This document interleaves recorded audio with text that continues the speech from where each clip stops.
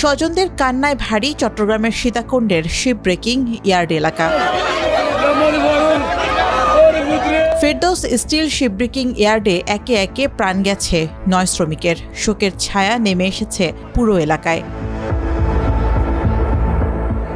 14 August সকাল 8:30টার দিকে কাজ চলছিল এই কারখানায়। শ্রমিকদের ভাষ্য, মেশিন দিয়ে জাহাজের একটি অংশ কাটার সময় গ্যাস লিকেজ হলে অসুস্থ হয়ে পড়েন কয়েকজন।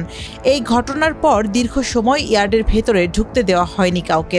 এতে ক্রুদ্ধ হয়ে এক পর্যায়ে গেট ভেঙে ভেতরে প্রবেশ করেন স্থানীয়রা। ভাঙচুর করা হয় কারখানা। সকালবেলা যখন এখানে এলাকার লোকজন শুনছে এখানে গ্যাস বাস্ট হয়েছে, তখন এলাকার লোকজন যখন এখানে আসছে এরা ঢুকতে দেয় নাই। তখন আমরা কি করছি, আসছি আসার পর শুনি এখানে গ্যাস বাস্ট হচ্ছে, লোকজন মারা গেছে। তখন আমরা জোর পড়বো এখানে ঢুকছি। বিষাক্ত এলএনজি গ্যাস আপনারা দেখতে পাচ্ছেন, পিছনে অনেক বড় এলএনজি জাহাজ আছে। এইটা গত বছরের জাহাজ। আমার জানা মতে জাহাজ থেকে এলএনজি গ্যাসগুলো খালাস হয়ে যাওয়ার কথা ছিল আরো অনেক আগে, এলএনজি পাউডার। কিন্তু স্টিল নাও আজকের দিন পর্যন্ত এইগুলো খালাস হয় নাই। অজ্ঞাত আনাড়ি শ্রমিকদের দিয়ে সকালবেলা এটা রাত্রে করা হয়।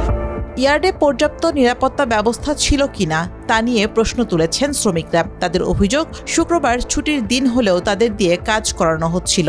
গ্যাসের কাজ করতে আছে, এদেরকে ভালো একটা কি সেফটি দেয় নাই, ওইরকম কোনো মাস্ক নাই, কিছু নাই। এটা কিসের গিরিং ইয়ে? এটা একটা গিরিং ইয়ে হলো?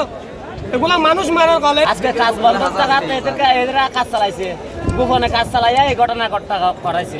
বিভিন্ন N95 মাপ যেগুলো প্রয়োজন আছে, ওই মাছগুলো না পরে তারা এখানে নেমে গেছে। তারই দরুন একটি বিশাল দুর্ঘটনা ঘটে গেছে। গ্যাস লিকেজের প্রায় 3 ঘন্টা পর বেলা 11টার দিকে ঘটনাস্থলে পৌঁছায় কুমিরা ফায়ার সার্ভিসের একটি দল। সেখানে মৃত অবস্থায় উদ্ধার করা হয় 2 শ্রমিককে। আর আহতদের কয়েকজনকে উদ্ধার করে নেওয়া হয় চট্টগ্রাম মেডিকেল কলেজ হাসপাতালে। সেখানে 6 জনকে মৃত ঘোষণা করেন চিকিৎসকেরা। এছাড়া ন্যাশনাল হাসপাতালে মৃত্যু হয় আরও 1 জনের। কার্বন মনোক্সাইড গ্যাস লিকেজ থেকেই এই প্রাণহানি ঘটতে পারে বলে প্রাথমিক ধারণা ফায়ার সার্ভিসের। এছাড়া কাজের সময় পর্যাপ্ত নিরাপত্তা ব্যবস্থা ছিল না বলেও জানান কর্মকর্তারা। এলএনজি বীজ একটা এই পুরাতন জাহাজ, এটা এই কাটিং এবং কাটিংয়ের কাজ চলতেছিল। এইসব জাহাজ কাটিংয়ের নিয়ম হলো যে আপনার এখান থেকে যেহেতু আপনার এটা কার্বন বীজ এই পুরাতন শিপ ব্রেকার, এটাকে ফি করে সাধারণত কাটতে। ওরা শ্রমিকরা যখন কাটতেছিল তখন এখানে আপনার ক্লোরিন গ্যাস অথবা কার্বন মনোক্সাইড গ্যাস, যেটা আপনার অত্যন্ত মারাত্মক বিষাক্ত গ্যাস, ওরা যখন এটা কাটতেছিল তখন এই গ্যাস আক্রান্ত হয়ে এই দুর্ঘটনা ঘটছে। তবে উদ্ধার কাজে বিলম্বের অভিযোগ অস্বীকার করছে কারখানা কর্তৃপক্ষ। তাদের দাবি, গ্যাসটি বিষাক্ত হয় নিরাপত্তার কারণে তাৎক্ষণিকভাবে সবাইকে ঘটনাস্থলের কাছে যেতে দেওয়া হয়নি। একই সঙ্গে হতাহত শ্রমিকদের পরিবারের দায়িত্ব নেওয়ার কথা জানিয়েছে কর্তৃপক্ষ।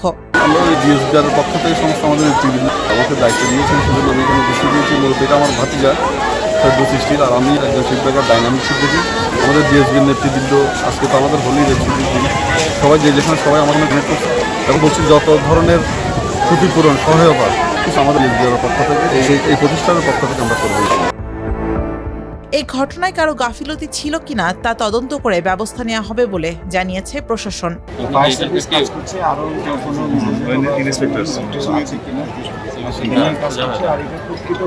উদ্ঘাটনের জন্য আমরা একটা তদন্ত কমিটি করবো, জেলা প্রশাসন সহ পুলিশ প্রশাসন, ফায়ার সার্ভিস